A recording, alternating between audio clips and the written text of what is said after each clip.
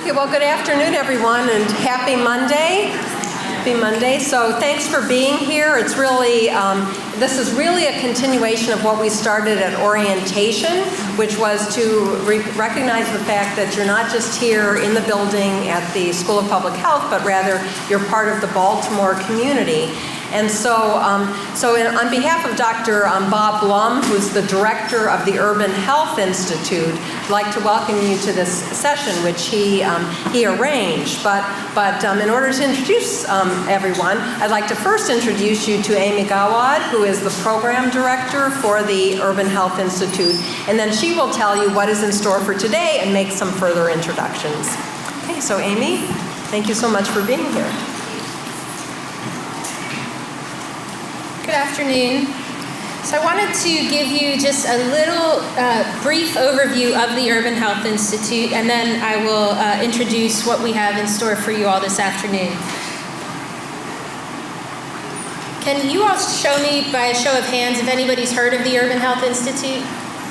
Okay, so many of you have. That's great. So I won't go into a lot of details, but just so for those of you who aren't aware, the Urban Health Institute's mission is to serve as a catalyst that brings together the resources of Johns Hopkins institutions with the city of Baltimore. We have a particular focus on East Baltimore, which is the neighborhood surrounding this building, with the goal of being to improve the community's health and well-being. We do this in a number of different ways. We serve as a bridge between the institution and the city. We do a lot around information sharing, and typically that tends to be bi-directional. We facilitate a number of collaborations. We have a small grants program. We strengthen the capacity of the Baltimore community. We have a number of capacity building workshops, including grant writing, program evaluation, financial management. These are all of these capacity building workshops are really geared towards working with community-based organizations and the needs that they have identified that they have. We do strengthen the academic offerings that are here within the institution, and then we also initiate sustainable collaborative interventions, again aimed at improving the health and well-being of the city. So that's all that I'm going to say about the UHI. We have a lot of events and activities that go on. We have up in the front here when you came in, there's a sign-up sheet to sign in to receive our listserv. This is an announcement that comes out every Tuesday, and it not only shares upcoming events and activities that the Urban Health Institute has, but it's also a way to share a number of events and activities that are going on across the city. So things that you should really try to get involved with. So that's the UHI. So let me share a little bit about what's going to happen today. So I'll start by introducing Koli Tengella. So Koli, and I'm going to read his bio because I won't do him justice if I don't. But Koli is an actor, writer, comedian, filmmaker, educator, and public speaker who uses arts as a tool in creating positive social change. He's the creator and instructor of the Positive Social Change Theater, which is a performing arts program at the Augusta Savage Institute of Visual Arts, which is a public high school here in the city. Mr. Tengella is a regular comedic commentator and blogger on social issues for public radio, and he's also an Open Society Institute fellow. So today, Mr. Tengella has with him some students from the Positive Change Theater, and without further ado, I'd like to turn it over to Koli Tengella. All right. What's up? How you doing? All right. Welcome to Higher Academia. Yes, indeed. I never thought I would be doing something like this. I'm so happy to be here. And as most folks say, I want to take a poll here real quick, because we're going to be discussing some things about ourselves, meaning our own kind of biases and projections of other people and of gender and all that good stuff. So I want to know, so I can move through my own biases, I don't want to make any assumptions. How many folks are not of the United States originally? We are from another place. Cool, beautiful. So I gotta go global in my terminology and my thinking. because I don't want to be the ugly American thinking that the universe revolves around my American greatness. Nah, and I can't do that. And being an African black person born in America, that would be foolish of me to do. All right. My name is Koli Tengella, and I've had the pleasure for several years of developing my own style of theater. How many folk have ever heard of a great Brazilian gentleman named Augusta theory he developed called the pedagogy of the oppressed, which basically means this: marginalized folk who normally don't have a voice can use theater to speak their truth, to get attention of the power structure, and act as a healing tool for themselves, and thereby breaking down barriers of people they may view as their oppressor. To give you an example like this: if you are a woman experiencing misogyny and sexism, you would arrange for an audience of powerful men to come in, and you would show and tell of the impact of misogynistic behavior on women, and also its impact on men. Because a lot of times people don't realize that someone who practices an unhealthy behavior, you also suffer from it as well. Not as much as the victim of it, the receiver, but you also, because you're limiting yourself as well. And a lot of times people gotta see that you're limiting yourself. So right now, I'm gonna, John's Hot, you be coming to school, boy, they got banging technology off the hook. They just snatch stuff off my flash drive, put it on here so I can play it. I am so impressed with them. Oh man, hold on, okay, here we go. This is my only little word slide. Let me adjust it right here, and what we're gonna talk about. All right, I sweated over this. You see a misspelled word, it's only because I am literate, I can spell, I was just nervous. So, all right, here we go. All right, what I wrote down here: the creation of authentic, reciprocal respect, equity in the formation of public policy through the, see, I messed up. Should be through performing arts. And that got past me. So please forgive me on that. And the first thing I want to talk about is access and opportunity. Before I move into inherent bias, access and opportunity. How many folks here, not originally from the United States, would consider yourselves fortunate in terms of your family status to be able to have the resources and means to travel to another country and to come to an institution like Johns Hopkins? Raise your hand. That you were fortunate within your family to have the resources to do it. Okay, beautiful. Thank you for sharing. How many folks had to hustle and grind, piece together, ask for favors from friends and family, had some connections, and to make this happen for you, your journey over here? That you had to work, piece together through family and friends and associates to come in. And now I want to cast any stigma and think, girl, raise your hand. All right, beautiful, beautiful. That's wonderful. You got to understand it. Access and opportunity.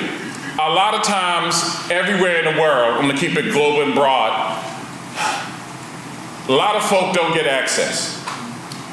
I've been fortunate, but it's through like-minded people who are in positions of power that gave me the opportunity to be here before you now and share with you what I do, and to share the talents of these amazing young people who are going to come up and perform. Doors were open. Legitimizing and validating happened. So that was an opportunity. I ran into a gentleman who's here. There's a gentleman you should get to know, because you're going to want a letter of recommendation from this man, along with many other people here. It's Dr. Phil Leaf. He's very humble. Raise your hand, Dr. Phil, putting you on the spot. He's a humble white man, but let me tell you this. Wherever there's African black folk, whenever there's injustice and inequity, whenever public policy and public health policy can possibly solve it, Dr. Phil Leaf, this white man, will show up in communities and neighborhoods that even African American and other people of color will not show up and go. We'll be there if there's a rally. We'll be there if there's a workshop. And I gauge people by that. If you show up where I am, I give you mad props. Instead of like me coming into your domain, you come into mine. And really it's about human connection. And I want to talk a little bit about how stigmatization causes people to be afraid to journey out, all right? So, access and opportunity. It's because of meeting someone like Dr. Phil Leaf that led me to meet a gentleman named Dr. Blum, that led me to meet amazing, where's Amy? Amy right here. Connect with her so that we're here right now. Their cachet of their position legitimizes what I do, which gave the opportunity to these African black children here. I use the term African black because I don't want the impression that blackness is only germane to being black in America. It's a global thing, global. And I feel connected. I own land in Senegal. I got friends and family, trying to save some dollars to build me a home there. So I was born here, but my heart is globally African. So I say African black. I basically want to get my own political term, want to get straight to African, but a lot of people get upset with that because the stigmatization of African. I ain't no African. Some black folks rather be from a geographic location. I'm not African. I'm from the west side. I'm from the east side. Okay, that's fine, whatever. You still black. All right. So that gave me opportunity, access and opportunity. And as whatever motivation you have, I'm going to ask you later, why are you interested in public health? Why are you interested in social policy? You got to remember, the people that are perceived as problems, the marginalized, meaning I got people of color, women, don't forget, women are marginalized, whether they be white or whether they be of color. Regardless, women are getting jacked up, not given credit, not given their due based upon their gender. And I have to check that as a heterosexual African black man in America. I've got some misogynistic, sexist behaviors that I have to be vigilant about checking. I gotta be vigilant. So I gotta keep it up front that I got my mess with me. And I have to check in that regard. That children, young people are marginalized. Seniors, elders are marginalized. All right? So we gotta remember that. So we have inherent biases because of it. How many people had impressions of Baltimore based upon the uprising? I'm trying to control my narrative. I'm not gonna say riot. I'm gonna say the uprising because people rebelled. Tiananmen Square. Some people consider it a riot years ago. The Arab Spring, some people would consider it a riot, but it was an uprising. It was an Arab Spring. Baltimore, we had an uprising. People rose up against oppression. And it was manifested in some physical violence and property damage. But one thing you gotta learn when you're dealing with public, you gotta understand people's narratives, how they view their situation, not you. It's not how you feel about it. It's their point of view. Just like when you're dealing with transgendered folk, it ain't gonna kill you to call a girl, to call a boy that was born a girl that has evolved into realizing that she, even though in a male body, is female. It won't hurt you to refer to them as she. The power of a personal pronoun will do a lot for you when you are working with certain populations. I had to check myself with that. There was a loving transgendered woman that I assume externally was born a woman, a girl, but wasn't, and took me to the side when I kept referring to people who were outwardly demonstrating that they were female or male and not born of that gender, that they just wanted the respect of being called she or he. That was my bias. I had to check it. And I really had no issue with that. It's just I had to remember, oh man, and this was years ago, me as I'm 54 years old, and if a white person referred to me as boy, I'll be heated. There might be some physical ramifications for referring to me as a boy. So I had to relate that to someone of transgender wanting to be called he or she. So as you service people, remember, it's not your stuff. You want to bring the healthy. So you have to change your language a little bit. So I want to ask you all real quick, how many folks, raise your hand, had a negative impression about Baltimore based upon two things: the uprising and how it was presented internationally, or a TV series known as The Wire? Raise your hand, had a negative impression. You know, I watched The Wire, and I'm black, I was born here, and I was scared to death to step out of my door, just based upon what I saw, and I live here all my life. So when you come here, and your heart is good, and you want to do good, you got to fight against your inherent biases that were not your biases. They were projected onto you through mass media and everything else. All right? Good. Versus, now I'm going to talk about the individuals that you all want to serve eventually, create policies and programs to empower them. And negative internalization, meaning what you hear and what you see about who you are, whether you're a woman, whether you're a person of color, whether right now, I don't know, it must be a horrible thing it would be to be a of color woman Muslim, because all those variables will fall on them to deal with what the world is today. You internalize that. You ain't got a terrorist bone and you ain't even thinking about it, worrying about your grades, worrying about trying to pay your mortgage, and in the back of your head there's images where you may come across another person who is traditionally dressed in Muslim garb and think terrorists because of what we're inundated with. We got to fight against that. And as people of color in particular, being viewed through that, and you will internalize it. You have to fight against it. I have to fight against it this very moment as I speak with you. Whether or not I can, as a 6'4", over 250-pound, dark complexion, loud, broad nose, dark complexion black man, can I talk to a group of mostly white folks from all over the world with the assurance of what I'm talking about is true? That's what you got to do, and get away from that internalization of negativity. Then it's the stigmatization, and then objectification. And this happens to everything, because I teach every day and I see the same children with the same unhealthy pathologies and behaviors. I begin to look at them almost like widgets. I have to fight against that every day. I've got to meditate. Whatever you need to do, I got to take a moment and chill and say, this child is nothing personal against me.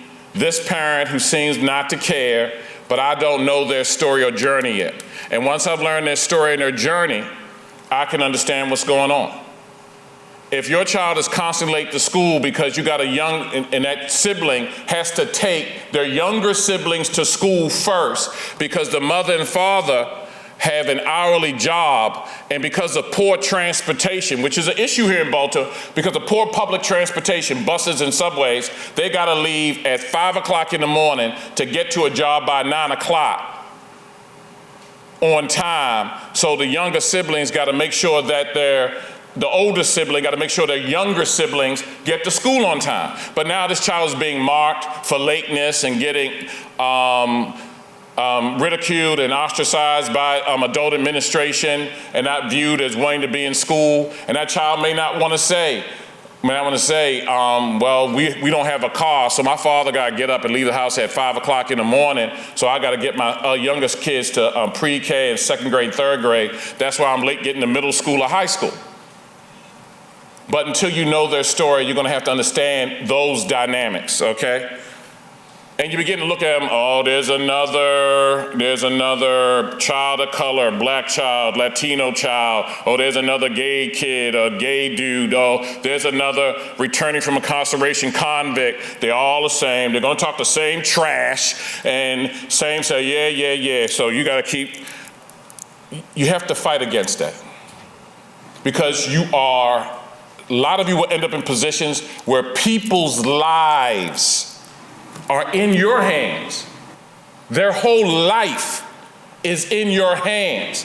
You might find yourself in a position where you sign where this family gets benefits, health insurance. You may be in a position to create some policy that will allow somebody for a nonviolent drug offense to get into drug treatment in a halfway program so they can still be actively involved with their family and get a job. You might find yourself in that. So you cannot begin to think of people as a clump when they're on your caseload or in life in general. And it's going to be hard not to. There'll be so many, and you're going to see overwhelmed and underappreciated, but you got to fight against it. Because if the situation was reversed, you wouldn't want that person to do it to you. And I knew of someone who was a social worker, and it wasn't until they realized they were working people in the same, not really listening to them, until a family member of theirs, a niece or a nephew, came across their desk and they were in trouble. And of course, they worked things out for that niece or nephew, but then they realized how many other children and people have come across her desk that she did not look at individually, just as a blur of misbehaving, drug addicted, non-properly raised people. So you have to fight against that and viewing them as an object. Black poor child, bump them. Drug addicted person, bump them. Coming out of incarceration, gay, transgender person, oh, you all act the same. Bye, yeah. Off my desk, someone else's problem. So you have to fight against that objectifying, all right? Now, real quick, I want to share with you a couple of short films, no more than like 5 minutes each, that I wrote and directed with some students. The first one I'm going to show you was inspired by the uprising. 2 years ago, right after the uprising, there was a woman, a professor at the University of Maryland, I'm sorry, I have to name another institution, who did social justice graphic design artwork. Yes, that is a thing. And she met with the principal of my school and recruited 25 students, a mix of visual arts students and performing arts students, to be a part of a project that was going to be installed in a Smithsonian satellite museum here in Baltimore called Reginald F. Lewis, about the uprising. And we finally decided it was a year process. The University of Maryland students came to our school, and we went to their school, and they finally decided the name would be More Than the Story of the Uprising. It was a visual art installation. This short film I'm about to show you was inspired for that exhibit. Hopefully it'll play. Come on, baby.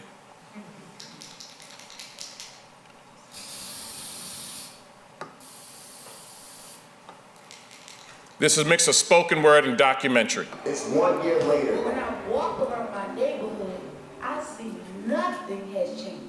The pharmacy's back, but no jobs, no place to buy fresh food. I had a dream last night All these guns firing, that the air was crisp no jobs hiring. and the hummingbird Sunday divine. It seems like your only option is to ride, mob, and guns pop, back in combat, a contract, trying to curse about your conscience. Why you watch me?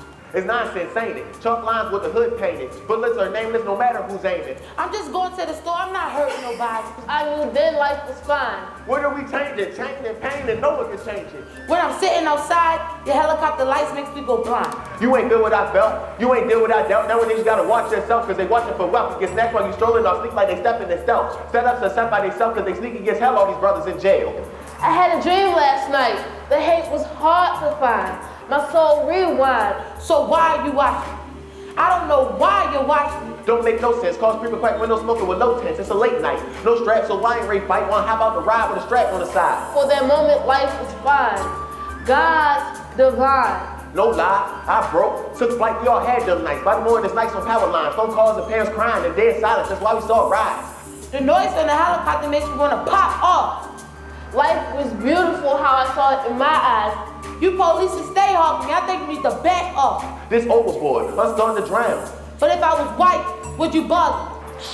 No sound, no sound. But I'm black. I think you might harm. They tearing us, breaking us down. No love, it's found. Even in a dream, but in that dream I had a dream. But I'm gonna tell you this, I'm not lonely. Like water rolling off my tongue. Save that black sun. We lost another life now. When the lights out, praying to Christ on the scripture that figures life out. Black walked free and got home safely for that mother's child. Life was fine.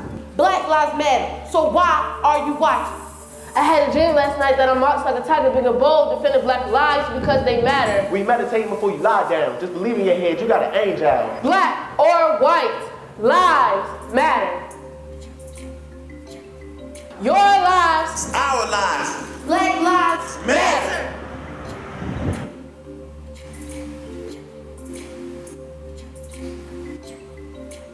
Y'all can turn up and applaud and everything. I never had that feeling before.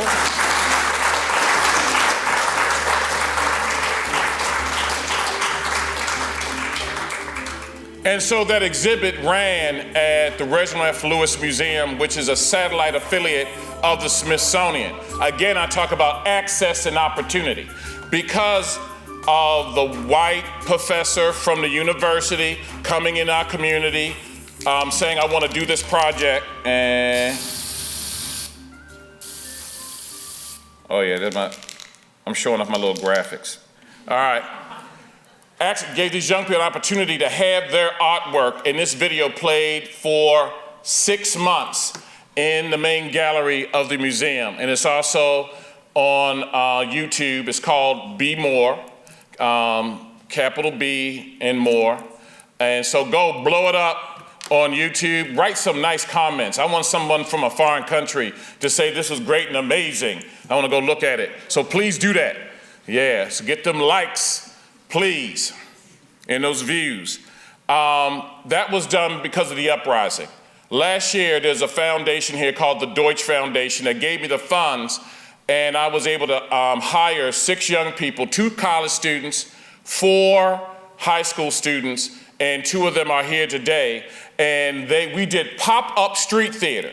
You'll be sitting at a corner cafe, you'll be in a parking lot of a mall, and we would roll up, jump out of a van, and would perform Undoing Racism as a causal effect for black-on-black violence within 15 minutes. And the purpose is to give people language to understand what institutionalized white supremacy or racism looks like and how it impacts not only people of color, but white folk as well too. And to give people the language to talk about structural racism, which leads into structural misogyny and sexism. A lot of times people can come in angry and they can't even articulate what happened to them because they don't have the language. And I like to give people language, both of color and white, language to discuss racism in an analytical way. Instead of just, the emotional is good and valid, but you want to achieve some understanding. And so we wanted to give them the language to do that. And out of that, we created this music video. Let me go down here because I don't see it. Yeah, where is it? Anti-racism? Next to the Skype, down. Down to the Skype? Yeah, okay. Yep, there it is. Thank you. Here we go. And the song was entitled How It Feels. People of color want white people to know how it feels to experience institutionalized racism. Now this is kind of up-tempo, so the dancers in the house, you want to get up, turn up, it's all right. It's all right, here you go.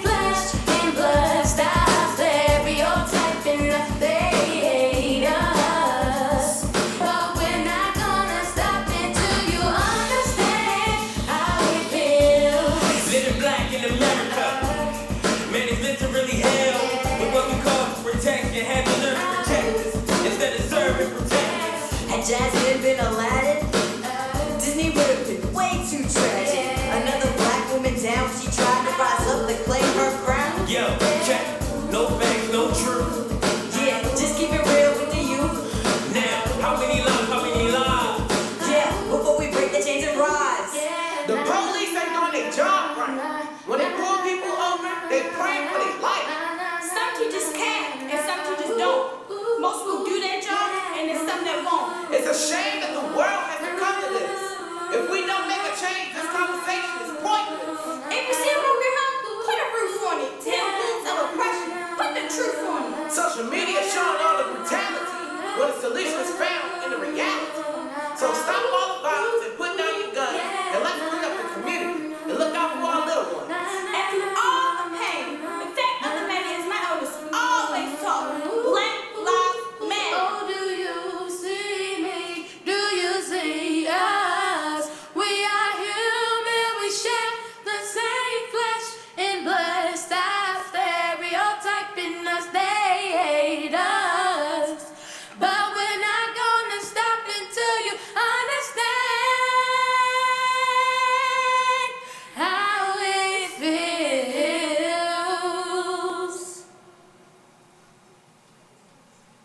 There we go.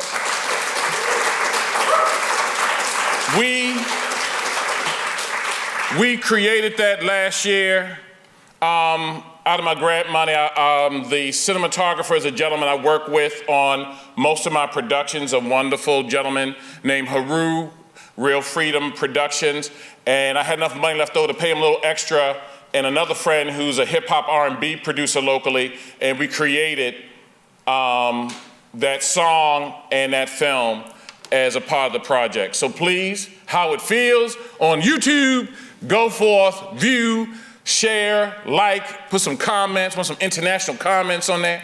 Because see, when I go look for funding, I want to be able to screenshot so-and-so from Germany, Russia, Yugoslavia, Dubai, Indonesia, saw this and that it had reached globally. So I appreciate you doing that. But as you can see, using the power of hip hop, an up-tempo beat, same rap with singing as well, you got a sense of the language and facility. Now, on the signs that some of the performers were holding, those were facts that I got from a speaker at the last Urban Health Institute conference 2 years ago, specifically on racism. I forgot his name. Was he from Harvard or Yale or Princeton? I can't recall his name, the gentleman. And they were in his presentation. He said that, and this could apply to any marginalized group, gay, women, if you're Muslim of a distinct outward appearance of being from the Middle East, to be an African black person within America, and I assume this is like all over the world, means to be, if you're a woman, means to be verbally abused and disrespected every single day. The great poet Maya Angelou says, call it like birds picking at your soul. Things where people hold doors for you. People look at you suspiciously. There was something done on a new network called Vice where they talk to white women and black women when a salesperson comes up and asks you in a store, can I help you? The black people felt insulted, meaning that, yes, can you help me? Why? You're watching me? You think I can't afford these clothes or whatever in the store? You think I don't belong here? I must be lost? I swear, I had that happen to me once. I was in a store. I have my own little vices of middle classdom. So there's a certain brand of watch I like, I kind of collect. So I was in the store looking at those watches that I like to collect, and someone, a salesperson, asked me, was I lost? Like I must have lost my mind to walk into the store looking at these watches that obviously you think my black behind can't afford. So those are the verbal assault that people of color go through. I can imagine the same thing for women. Little Mark, sweetie, baby, men gawking, looking at you. After a while, baby, compliment you. After a while, it's like every day wears on your spirit as a woman. Well, when you gonna, hey, I'm glad, okay, You like my cleavage and my legs, how about my intelligence? Can you see that? Nah. Take a picture of that. Take a picture of my GPA, it'll last long. So to show you those things, the inherent biases that we have to go through. So I'm going to bring up, because I got my timer going, 3 of the young people to perform, and then I got, the first question is going to be to you all. So think about this. Why do you want, from wherever you come from, what is your motivation to want to study public health and to deal with the hardcore, nitty-gritty, grassroots thing of trying to help human beings live better? Let that marinate. So right now, coming up, ladies and gentlemen, I think there's a mic over there for you, Lonnie, is Lonnie Royster. Give it up for Lonnie. You saw him in the video.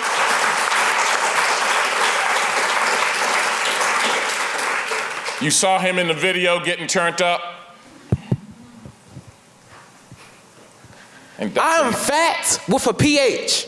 P stands for perfect, H stands for handsome, A stands for amazing, and T, you already know that stands for talented. You see, living a big life isn't easy. Like when they call fat people lazy. Excuse me, did I tell y'all from Baltimore? I run for buses on the daily. And don't even get me started on how they call fat people unattractive.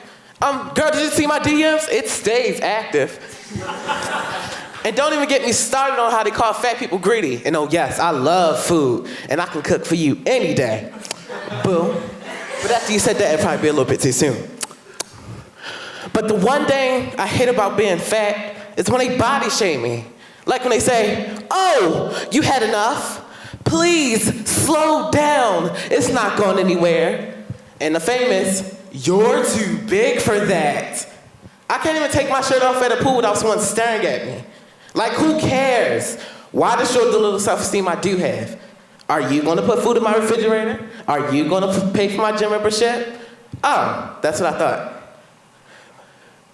But if you is gonna put food in my refrigerator, could it be some chicken tenders? You know, you don't have to be real good, great value. You know, okay, I'm gonna ask for too much, I'm gonna just leave. And right now, this baby has been with me since I've been at this high school for 4 years. She started with me as a freshman. She has graduated. She's leaving me, headed off to college, but she came. She's going to be majoring in theater and performing arts at Coppin State University. And she said, Mr. Tengella, I'll come back, because she performed at the conference earlier this year. That kind of motivated Hopkins to want to partner with us. So ladies and gentlemen, Miss Catania Nolan. Growing up is hard when you're poor and unfinancially stable. But it's even worse when you're supposed to be getaway place isn't a getaway place. It's a place where it's even worse because people are harassing you because you're different. For 12 years, I've been bullied for being me. I stayed to myself, but I did want to fit in, but I never had the confidence to stick up for myself. Dealing with bullying was hard. Even worse when I got to high school and it turned into sexual harassment. Guys were making up rumors saying I did things with my body parts that I didn't. Girls would shame my body and say that I had stunk. 3 different schools, elementary, middle, and high, and bullied at all of them. Sadly, I grew to become very low and lose all self-esteem and confidence. I went into a very deep depression starting from 12 on up because of no food, no lights, no electricity, and my daddy dying, and also his drug abuse and alcoholic addiction. Alcoholic addiction. I just wanted it all to be over. I just wanted it to be free. I felt so hopeless and so low about myself. But this year, 2017, was a year of true individuality, of growth, of self-confidence, and connecting with my mental state. That no matter who says anything, bullies me, talks about me, my story will always remain the same. A young, scared girl growing to be a strong black woman.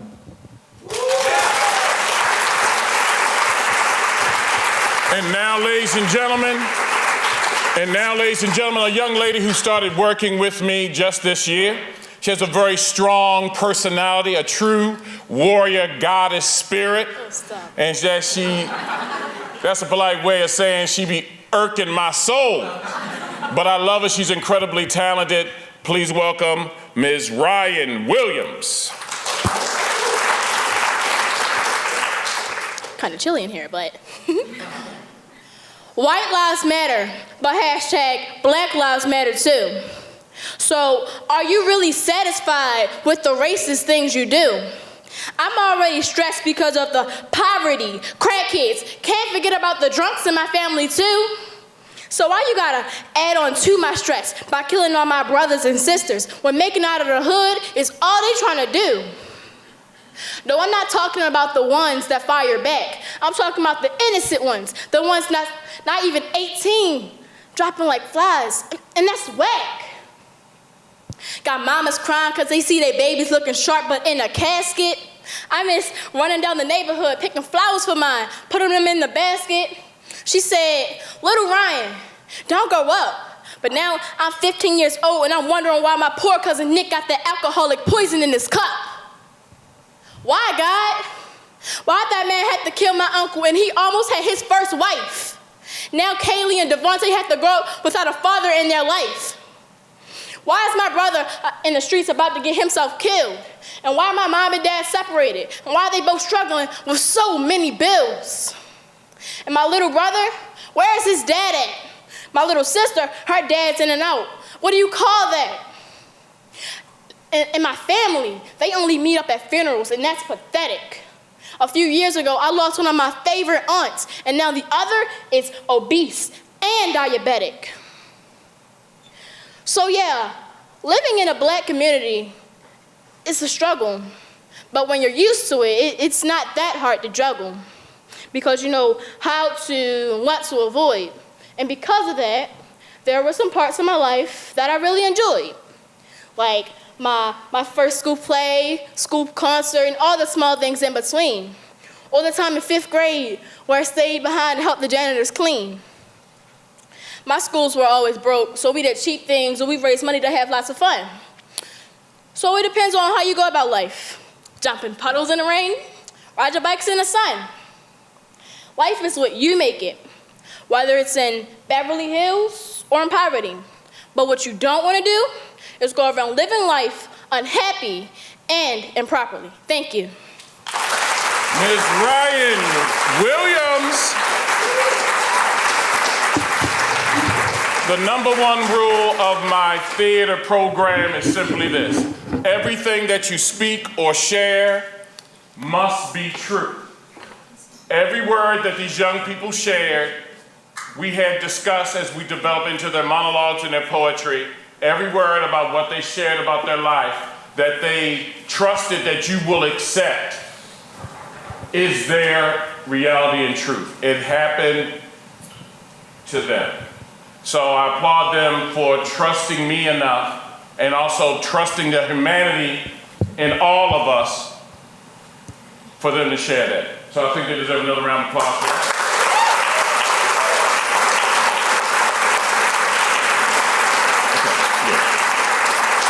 Now I got a whole lot of questions, but how many? We got mics over here. I feel like I got a talk show. Welcome to the Tengella Network. All right. So right now, who would like to answer that question I posed before they perform? Before I start talking to them, who would like to come up to the mic and share why you are here and why you are studying this?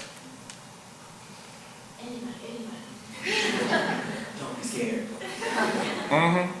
This isn't going to be great. Come on, y'all got kids coming up. Bold individual, give it up for him.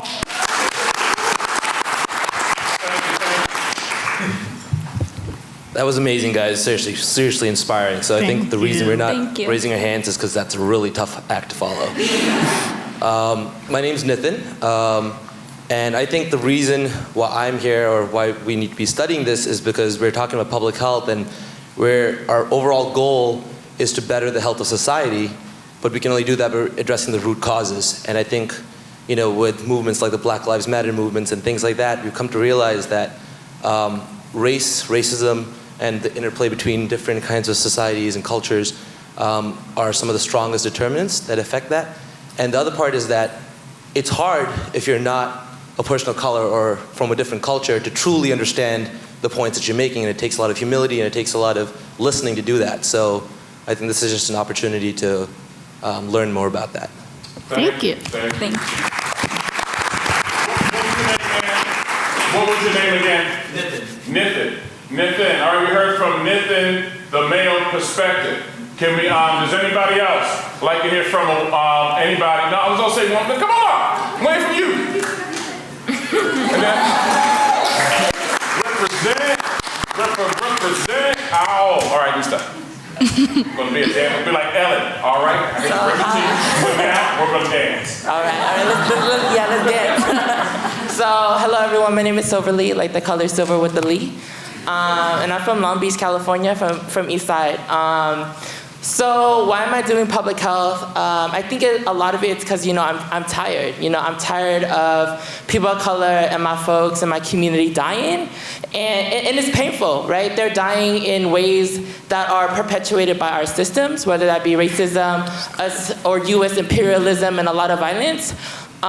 So I'm here to really try to find what we can do to reclaim a lot of our cultural values and how cultural organizing is a tool to really challenge a lot of our health outcomes. Because when I was doing work in Long Beach and talked about food justice, we were talking a lot about how we are having high rates of hypertension and diabetes, and it's because our bodies are now like eating Western diets and how we're not used to that. So I'm really just trying to find ways to empower folks, not empower folks because we have power, but to have them to achieve some level of self-determination and actualize into people that we want to be and to be able to live healthy lives. So it's just, I'm still trying to identify why I want to do public health, but I know it's for people who are historically facing violence, and for them to do better and to give them the tools or have them recognize the potential they have to do better for themselves, and how I can stand as an ally as I enter these institutions to do better for my folks. So it's a journey, in Southeast Asia, me being Cambodian, we still struggling from genocide, and we're consistently faced with pain and how we're trying to use our pain and make that into gold, right? Trying to do better for ourselves and for our families. So I don't know, I'm just here to just do better for my people. Thank you. Y'all made it in the Hopkins now. Y'all like the upper percentile of brilliance. All right. Yes. All right. Finally. Strong, independent woman. Wow, my heart is pounding. I'm so nervous to be up here, but it's kind of exciting. Okay, so my name is... We got nothing but love for you. Yes, thank you. My name is Nikki, and I just finished my 3rd year of medical school, and I'm planning on doing OB-GYN because I love women, and I am so excited to be a woman's doctor, and a lot of public health issues that I'm passionate about, like reproductive rights and access to contraception and family planning, it comes from a good public health perspective, which would be valuable for me as a doctor. I've noticed amongst my peers, it's really easy to just look at the individual patient, but not look at health on a population level. And I just thought that would be really valuable. But also, a group of vulnerable, marginalized people that I'm really passionate about are refugees. We're in the midst of the worst refugee crisis since World War II. The numbers are just really, really disheartening. And so I'm doing the refugee concentration, the humanitarian health assistance one, because I'd love to learn more about how I can work to help those specific populations. So that's why I'm here. Thank you. Oh, you need me to get back here. All right. So they can hear me better. If I was loud enough. I guess I might be out of shot. I'm in the shot, I'm out the shot. All right. Come on up. Yeah. That's what life's gonna be like. It just takes the first woman, and then there's a torrent of woman power. Hi, and my heart's also pounding again. So I'm not gonna come here to tell you why I'm doing my MPH here. I just wanna say what respect I have for the Black people of America. Just to be able, to bring your forces together and have a voice for your people. Say like, this is not okay. We're not okay with this. This has to stop. I'm from Syria, and my people, we're like this small indigenous people.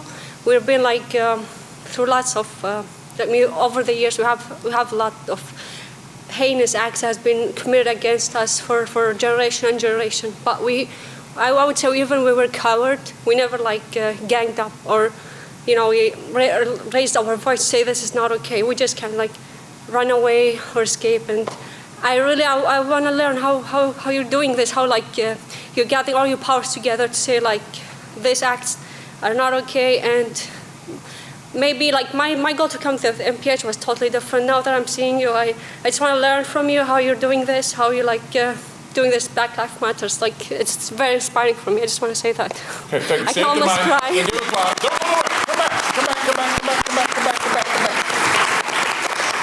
I'm timing everything. It's cool. I want to share with you. That's the first step in public policy, is to ask a question. How do you do revolution? How do you do liberation? How do you do dissent? How do you do merging and cooperation? How it's done is baby steps and also independent steps. Let me ask you a question. Syria, what is your faith or ethnicity? I'm Eastern Christian. Okay, now, and a woman in Syria, and you're a Christian. Those are dynamics that, well, you're a woman Christian. I know lots of women Christian if you live in America, but being a woman Christian in Syria is a whole different kind of dynamic than here. From minority group, we're not the majority. We're even more targeted, because now we're not the majority even of the Christian. We're our own kind of sect, so we're even under more pressure or persecution for that. What I would say is that with any means of mass communication, whether it's social media, or you have to find ways that will not, anonymous ways, whether it's graffiti, whether it's posters that can't be linked or traced to anyone, until you get allies from your own people who may be Muslim, who will support you. Yeah. You have to have allies, and spread your message that way, because people will look at an individual as the figurehead, and they think if they can eliminate that individual, that the movement will stop. It will put it at bay, but it won't stop. But until you have some allies, I would say anonymous dissent, whether it's a pirated radio station, a website, murals, posters, do that. Seeds, just spread seeds. Yeah, spread seeds, and let people know that there's another way of looking at things. Okay, I just want to add, when we have Muslim brother who helped us, this is the way why we still survive there over persecution for your generations. I mean, there's a group of them that really try to protect us, which we're thankful for that. I just want to add that, not all of them are attacking us. I want to add that. Well, yeah, because just it's to be humanity. clear. All right. Well, thank you so much for sharing. You enlightened me. I learned that. Now I'm going to ask these brilliant young people a couple of questions, maybe 2 or 3, and then I'm going to open it up for you all to talk with them as well. And if you all just want to share something about how you think what you're studying can, basically, we're trying to make the world better. We could be Jiminy Cricket, out to whiskey. Everybody be happy. Y'all want to make the world better. It's okay. It's okay to do that. There's some people who want to make a really, really lot of money. I'm cool with that. I want to make a whole lot of money too. But I want to do it through helping people. And people tell me, you better get really, really ready to be poor on that. So, but I don't believe that. I believe you can do good and be wealthy at the same time. Let that be our mantra as we move forward. All right. So I'm going to come over here and sit down with them, everybody, and I want to ask them about their particular pieces, ask them about performing here and dealing with me. I know it ain't easy. So, before I get to Ms. Ryan, who ain't got no issue at all expressing how she feel about anything, I want to talk particularly about two people, Catania and Lonnie. As you notice, Catania shared about the passing of her father and the issues her father had. One of the things I do in my theater program is try to encourage parents to perform with their children with any issue they're comfortable with. So they create a scene where a mother will perform with her daughter or son, a father will perform with his son or daughter. And Catania, I curated a production entitled and directed it called He's the Other Part of Me, Stories of African American Fathers Told by Their Children. Some of them were brilliant, wonderful, poignant stories of love and mutual respect and admiration. Some of them were not. And Catania performed with her father. And unfortunately, less than a year later, Catania found her father. She came home from rehearsal from Theater Arts Club and found that her father had passed in the house. So we have a beautiful poster, and I'm sorry I don't have it with me, of the play and a photograph of Catania with her father that she performed with. But I want to ask Catania, how is sharing this story and performing in the writing? She's also a brilliant songwriter herself and musician. She taught herself how to play the piano, and she's written incredible songs. So Catania, how does that feel to share such intimate stories about yourself in the public setting? So, while growing up in school and going to different schools, elementary and middle school, I went to Frederick Elementary and I went to Violetville Middle School. I never really had a voice to speak up, like when I was bullied or like why I was wearing the clothes I was wearing, why I act the way I did, why I talk the way I did, because people would always judge me before even getting to know me. So like an opportunity to let people know how my life was and how it's different, but how I overcame any struggle or any obstacles that had pushed me backwards. It's a great opportunity. It's really comfortable. It's not really emotional, but I just like sharing my story with people to help people uplift themselves and know that there's anything's possible, nothing's impossible, no matter if you're coming from being poor, homeless. You can make anything possible, you just have to try and just grow yourself and don't be afraid to do anything and don't let fear hold you back. Mm-hmm. And we're working on some fear right now, you know, going from home to college. So we're working on that. Lonnie, who strategically just took a drink of water as I'm about to introduce him. Lonnie and Lonnie is the co-director of what I do. He doesn't have an official title, but whenever I need to get everybody together, if it's the weekend, we have a show planned, he's the first one to call me. He is the last one to check in to make sure everything is all right. He coordinates rehearsals for the troupe and everything else, and a great writer. And about the piece he wrote that was done humorously, I know for him has been something very painful, about his size and being body shamed and everything else. So I want, so if you don't mind, share with me, how does it feel about performing? What do you think it's done for you?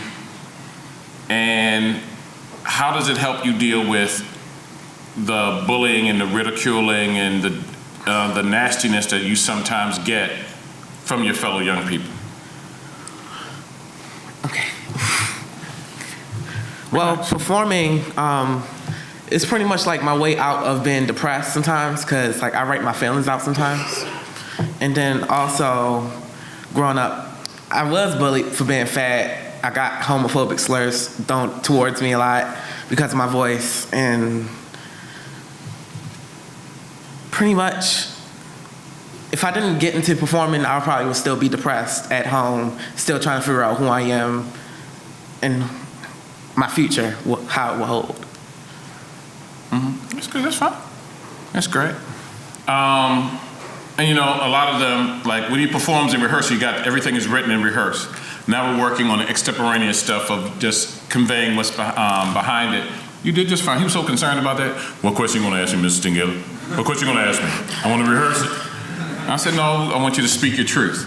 Now we have Ms. Ryan, and I was joking, but I was serious. This young lady has an incredible warrior goddess spirit within her.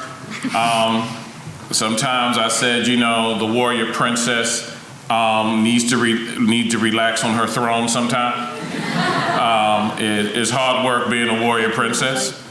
But Ryan, you haven't been working with me as long as the others, but how has performing and sharing, particularly your truth, particularly some of the things you shared in this monologue and piece of poetry about your family, how has it helped you, and how does it feel sharing something that intimate about your personal life?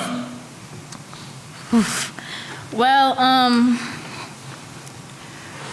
writing, it comes easy to me. I aspire to be a journalist, go to a really great college, get my major thing, you know.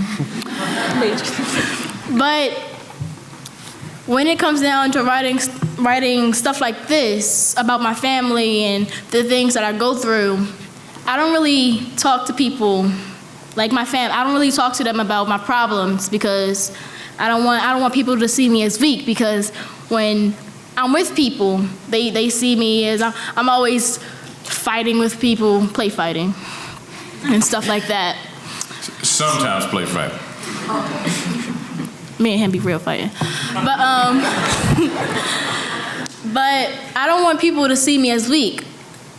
But when it comes down to writing out my feelings and performing it, I feel so comfortable with you guys, and it's something that I really love doing. So, you know, hopefully I can do this more in the future. Call me again.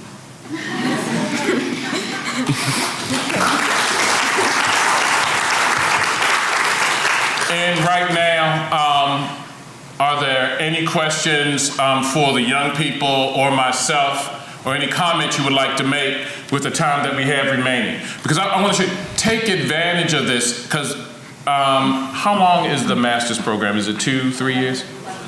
11 months. Boy, you coming in 11 months. Man, you are real smart. All right. So in the next little less than a year, you're going to be here in B-More. And you probably run around in your small little clique of people that you feel comfortable with, but there's so many progressive organizations. I meant to put up my email and everything. I forgot my email and my phone number. Reach out to me, hit me up on Facebook. Baltimore's a progressive town. If you are Latino, if you are Middle Eastern, Baltimore's got a group. If you are albino, lesbian, Star Trek geek, we got a group. There are organizations out here. Baltimore is so diverse. And there's so many small organizations that will make you feel comfortable, that will get you in the community. So take advantage of this opportunity of being here and leave better and broader, that will help in your next part of your journey when you go elsewhere. So, any questions? Come on, y'all coming somewhere new. All right, you got somebody coming up to the microphone? All right. Hey guys, thanks for coming. Is this on? Can you hear me? Yeah, got you. So I think with a program like this that's so intentional and deep, and you guys have tons of really meaningful experiences when you come to a theater program like that, do you have any trouble going back home and interacting with other friends who don't have these experiences? With interacting with family members that don't have these experiences? And what sorts of things have you done that work? And tell the truth, the same stuff you're coming to me for. Let me say go first. Yeah.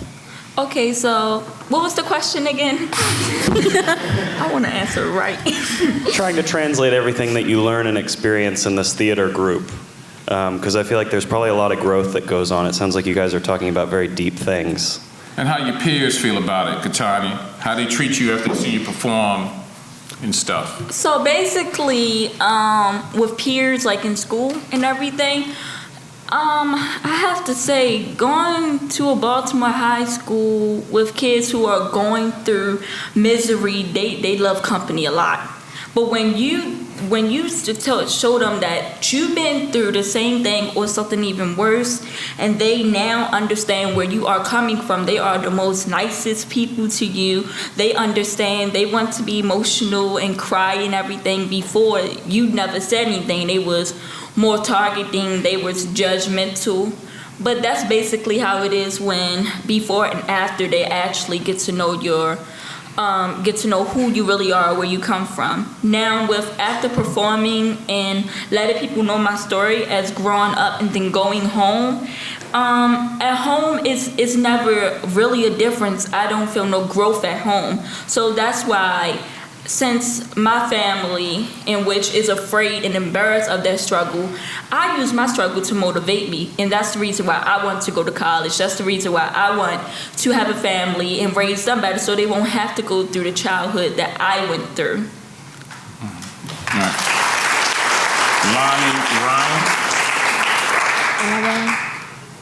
Lonnie, let's see. Let's talk about home. At home, as I said in my performance, my parents are separated. They've been separated since I was 11 months.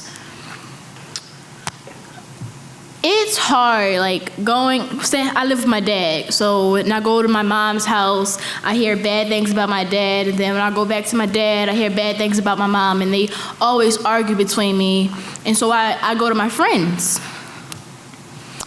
Most of the time, my friends are very supportive of my situation because it's really hard, and it's a really nice feeling because I'm sorry.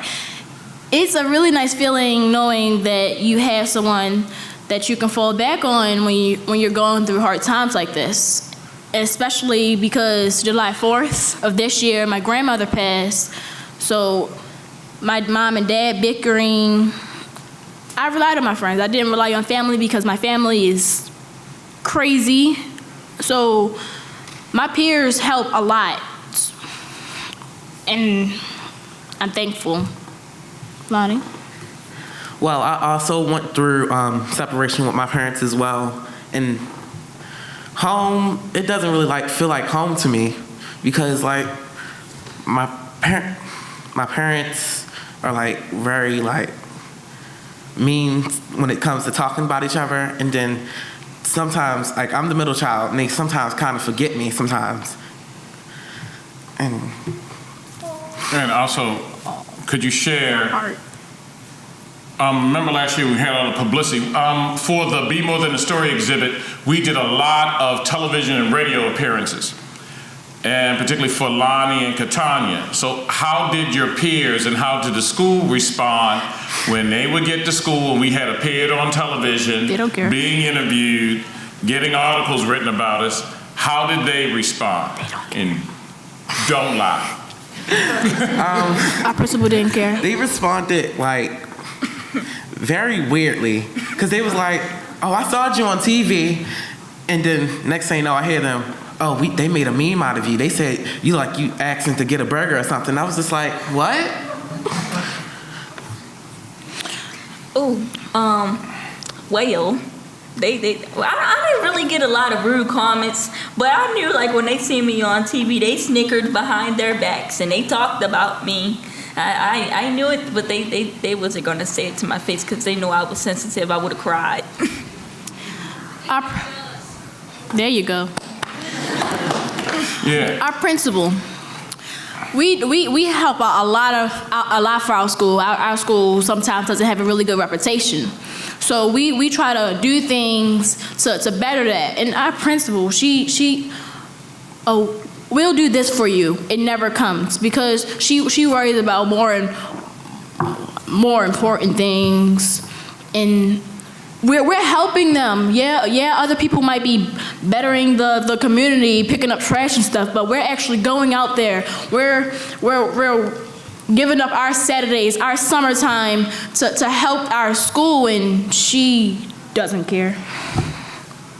And it's pathetic. Yeah, no, that's okay. I told you, warrior spirit right here. I can't deter that. And I'm not gonna censor that.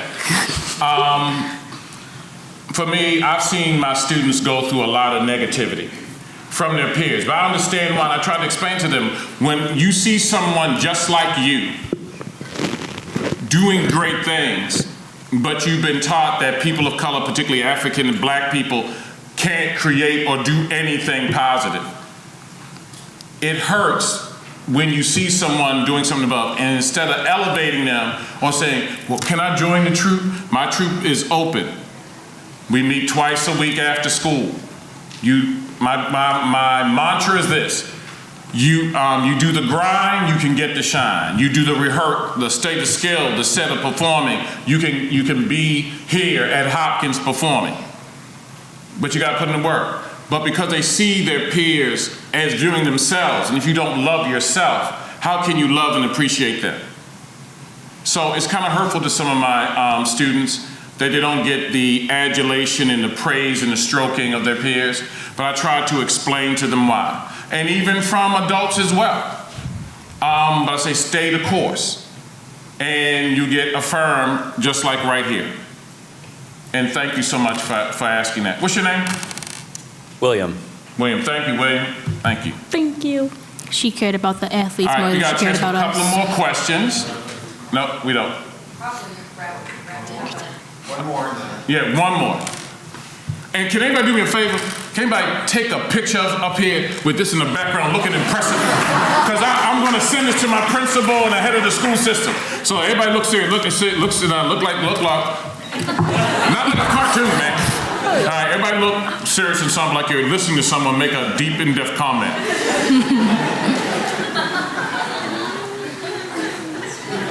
All right, now good. Now listen, this is my phone number. Send them to me. Listening? Type it in, because you're not going to do it later. Send it to me. 443-794-4752. Anything drawing up something? Wait, 794. Yeah, 794-4752. First three, 443. Yeah, there it is. Amazing. Koli Tengella. Also on Facebook, hit me up. I want some international friends. I got a Snapchat, haven't learned how to work it yet, but I'm coming. And we got one more question and we're gonna wrap up. Go ahead. Hello. Yeah, thank you guys for coming and talking with us. I don't know how it feels for you to be in front of an auditorium full of graduate students, but I wanted to hear from you about one or maybe two. I'm sure there's a whole host of things, but what are some of the most important changes you guys would like to see in your own communities, on your neighborhoods, in your blocks? What would you like to see? Yeah. Changes that you would like to see the most?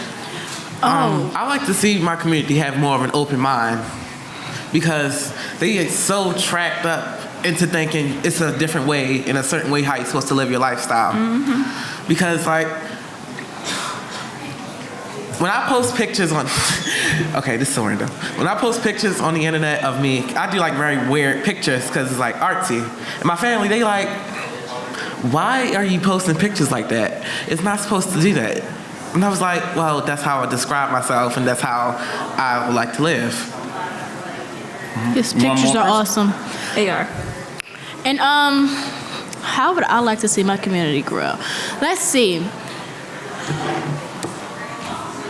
My fellow African, Black, American people, we are so used to people saying, "Oh, you can't do this. You're never gonna be who you want to be. You have to be this. You have to do that." I want them to feel confident in what they're doing. I want them to go after their hopes and dreams and do what they aspire to do. My grandmother used to call me a drama queen all the time. People still do. And because of that, it's made me a better person. It's made my writings so much better than what they used to be. And so I want more people to be like that. You guys want to go in the medical field, right? I'm happy that I'm so happy that y'all doing it. I want more people to go in the medical field. I want more people in Baltimore to do what they want to do. I want them to feel comfortable doing it too. I want them to be happy with what they're doing.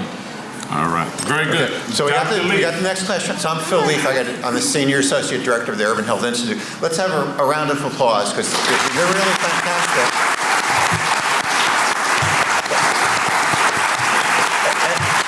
But they are also not exceptional. There are a huge number of young people and other people like Koli who are doing things in Baltimore, and hopefully you'll get to meet some of them.